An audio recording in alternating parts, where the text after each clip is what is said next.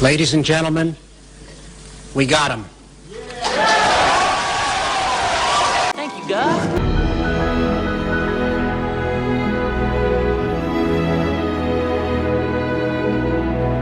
Pistons fans, can you hear them? Wherever thou art, can you hear the bells? No, our prayers have not gone unanswered.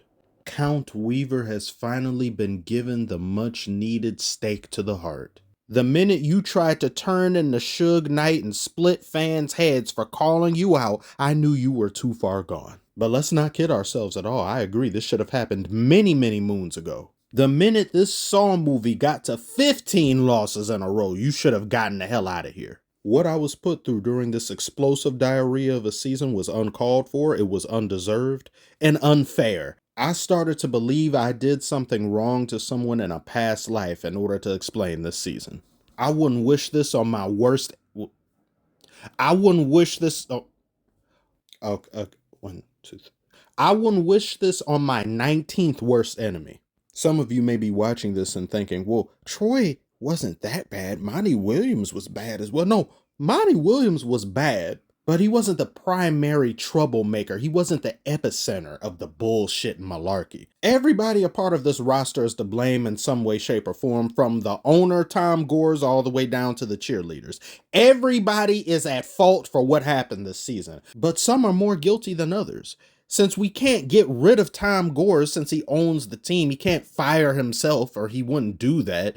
We have to then look at the guy who's making the basketball decisions, being Troy Weaver. He put the worst constructed roster in the league together and gave it to Monty Williams and said, coach it.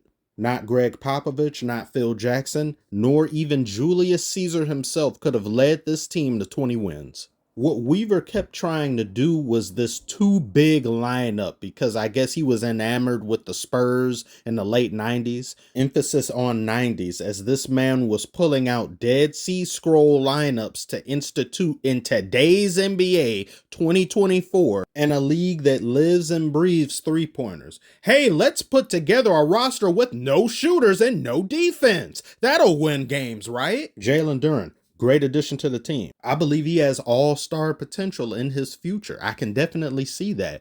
But as of this moment, he can't shoot the ball. He can get better at it as time goes on, but he can't even do mid-ranges, so he can't space the floor for anybody's sake. You've got James Wiseman, who can shoot a three, just like Pandas can mate, but they don't. You got Isaiah Stewart, who can shoot a three a lot better than Jalen Duren and James Wiseman put together, but it has to be a set shot. He isn't just somebody who could be a spot-up shooter or something like that. That's not his game. It doesn't have to be. You've got Ausar Thompson.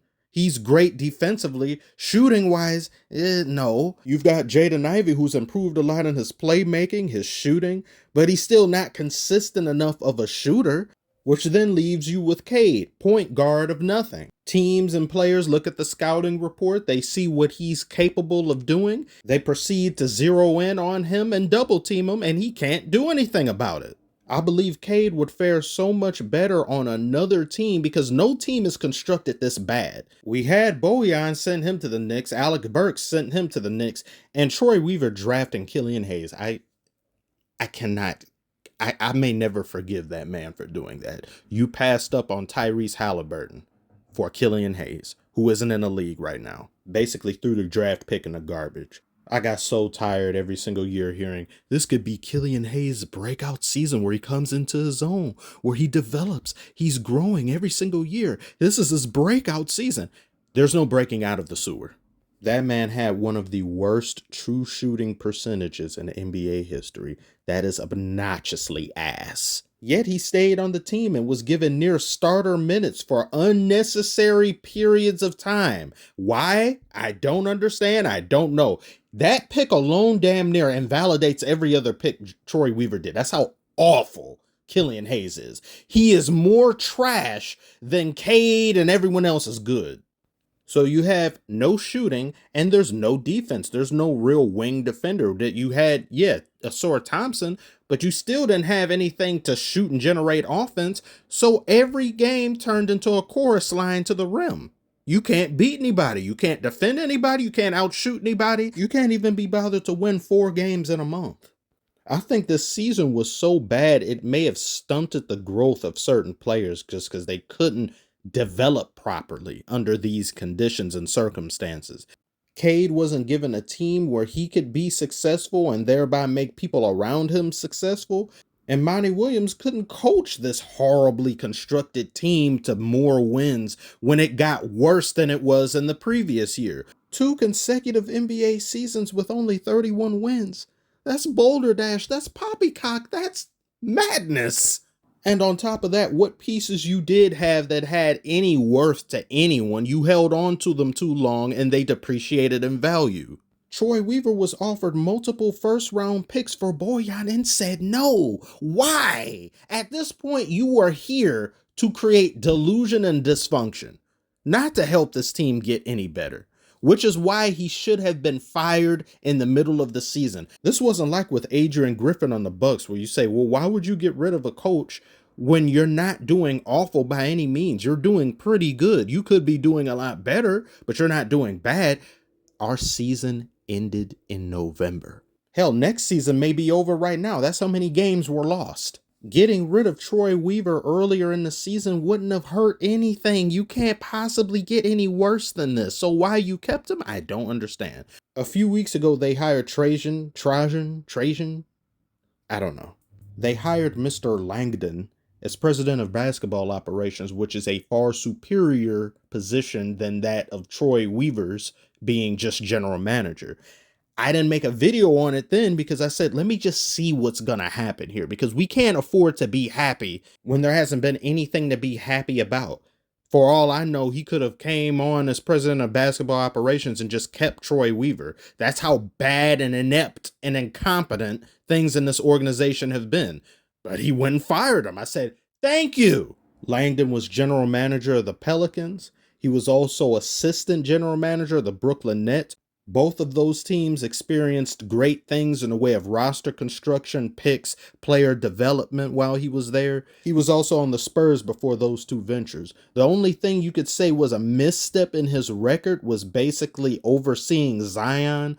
But that's just something you live with because you can't predict a player's attitude and personality down the line and them buying into your system or your team or squad. You also wouldn't expect that very same player who's supposed to be the face of the franchise to have a weight clause in their contract, as well as not playing a single playoff game their entire tenure there, which Zion still hasn't played in a playoff game, despite me being happy about his turnaround thinking that he would. And then I was like, of course not. I shouldn't have said anything. I'm not going to sit here and say Troy Weaver didn't draft some great players. He just didn't put them in a position to be successful. It just seemed as though he wanted to gather as much young talent potential as he could, but not do anything to tailor their skills and make them be able to gel with one another. Just drafting players with no rhyme or reason as to how they fit well alongside one another. Because there's still this issue and question of Jaden Ivey playing alongside Cade. And one of them may have to go, and that one, of course, will probably be Jaden Ivey, which I don't want to see that happen. But if they can't really find a way to make that work or find some go-between, that may just end up being the case. Monty Williams should stay. He should at least get 1 more year. Tom Gores has said he's willing to pay out of pocket for anything that's needed. So he's willing to eat Monty Williams' contract if necessary, if he chooses to fire him.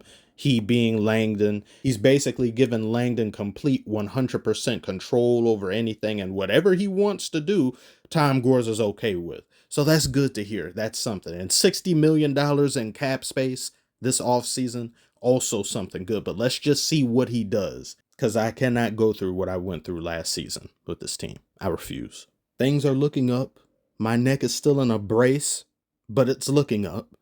I'm hesitantly hopeful. But I'm not going to get excited over anything because nothing's happened yet. But I eagerly await this offseason so I can get a better picture of what next season will look like for this team. Please, just be mid. That's all I want. Be mid. No more rebuilding, no more relying on draft picks when we're just going to fall to 5th. You got to build this team a different way. Others have done it. We can do it too. So that's all I have to say. Tell me what you guys think about this. like and subscribe if you are new. Thank you all again so much for watching. I will see y'all later.